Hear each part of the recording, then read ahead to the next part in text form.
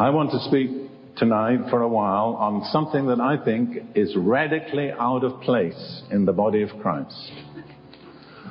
I'm not saying in every part of the body of Christ, but in most of the body of Christ, there is something that is out of place. And it's a very important part of the body. It's the head. In Ephesians 1, the last two verses, God says that He put all things under the feet of Jesus and gave Him to be head over all things to the church, which is His body. There's an interesting difference in language. God put all things under the feet of Jesus. They were subjected. But when it relates to the position of Christ, He gave Christ the most wonderful gift He could give. It was not subjection. It was not domination. It was the most precious and wonderful blessing that He could offer to the body, was to have Jesus as head. And He's head over all things.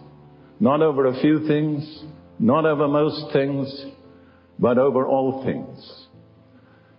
And I'm going to deal in a moment with the functions of a head. But I just want to ask you right now, could you honestly say in the presence of God, Jesus is head over everything in my life? There's nothing that's outside His control. There's nothing which is not the expression of His determined will for me. In Ephesians 4, verses 15 and 16, Paul writes, and it's in the middle of one of his long sentences, he says, speaking the truth in love, or being honest in love, we may grow up in all things into Him who is the head, Christ, from whom the whole body, joined and knit together by what every joint supplies, according to the effective working by which every part does its share, causes growth of the body for the edifying of itself in love. Notice, the whole body depends on the head. And it's only through its relationship to the head that the body derives nourishment and is able to grow and function effectively. If the relationship to the head is impaired, the whole life of the body is automatically impaired. And then in Colossians chapter 2, and verses 18 and 19, Paul says, let no one defraud you of your reward, or let no one disqualify you would be a better word. Don't lose what God intends you to have. But this person who defrauds takes delight in false humility and worship of angels, intruding into those things which he has not seen, vainly puffed up by his fleshly mind.